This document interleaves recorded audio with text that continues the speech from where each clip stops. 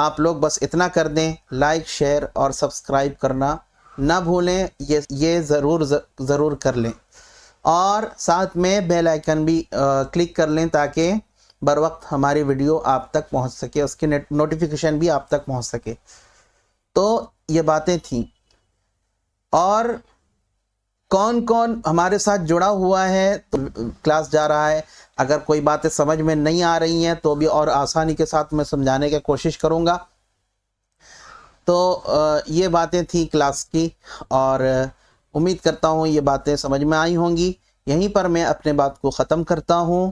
والسلام علیکم ورحمۃ اللہ وبرکاتہ۔